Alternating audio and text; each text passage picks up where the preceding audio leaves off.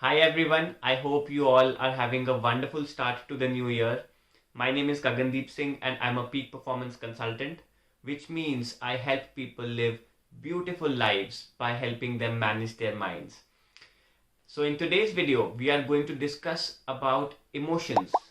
What the fun are they and how we can manage them. So let's dive right into the content.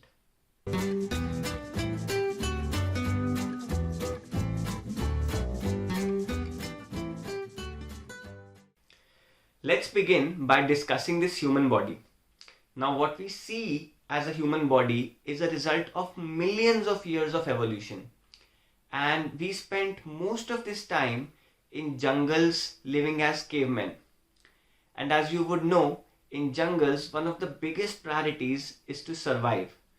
So our body came up with a lot of evolutionary adaptations to help us survive better. And emotions is just one of those evolutionary adaptations. Let's check out how. The human mind has evolved in such a way that it is continuously observing the environment, looking for threats around it, so that it can stay away from those threats and save itself. Now, this evaluation of threats can be in the immediate environment, which is the present moment, or it can be threats which lie in the future, or the past experiences which were threats to our survival. So the human mind is continuously evaluating our past, present and future. And emotions are nothing but the appraisal report of that evaluation. In simple terms, it's the report card that our body gives to us saying this is how your environment looks like. For example, if the environment around me is very pleasant, then I'll feel happy and joyful. If the environment around me is hostile, I may feel stressed out. And if the environment around me is not understandable, then I feel confused.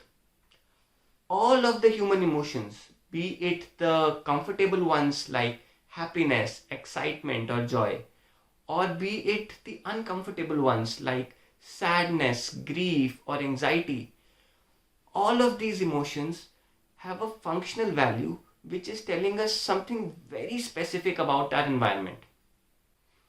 Another important thing to note here is that the more importance we give to environmental alignment, the higher is the magnitude of emotions. So therefore, things which are super important to us cause either a lot of excitement and happiness, or they cause a lot of disappointment and sadness. And long story short, our brain is just telling us through our emotions what our environment looks like. So how do we manage these emotions? Well, there are two ways to it. The first way is to completely stop the environmental assessment, which in simple terms means not giving importance to anything at all and giving up all our expectations and hopes. This is a technique which is followed by a lot of yogis and monks.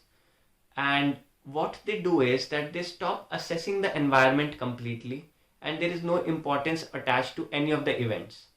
And because there is no assessment, there is no assessment report. And these assessment reports are basically the emotions. So yogis and monks experience emotions in a lot of moderation. And therefore, whenever anything happens to them, they are able to stay very calm and composed in those situations. And therefore they are neither too happy nor they are too sad. So the first technique involved experiencing emotions in moderation. Now that's not an option that everybody would like to choose, because there are a lot of us who want to experience a wide range of emotions with a wide range of magnitude. So for people like those, there is another technique which involves reading into the emotion.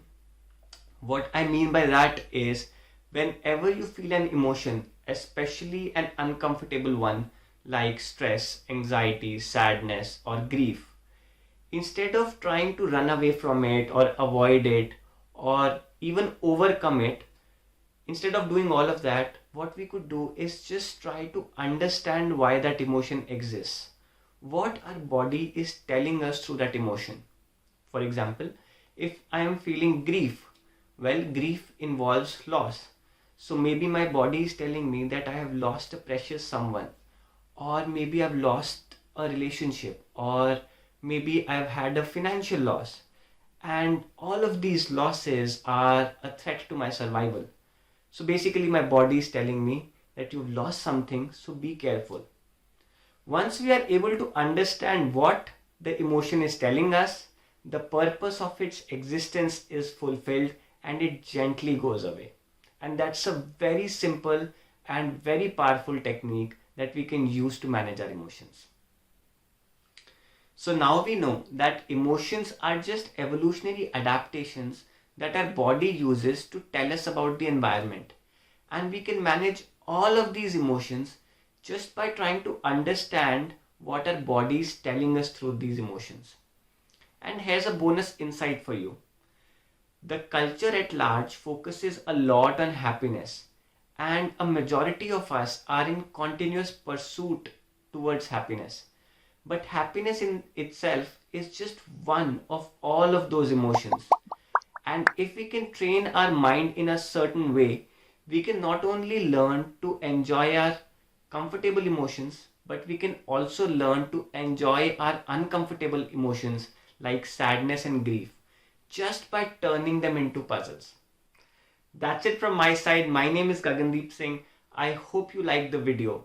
If you did, please feel free to hit the like, share and subscribe buttons and share this video with somebody you feel will benefit from watching this. I hope you all have a wonderful day ahead and I'll see you again very soon. God bless.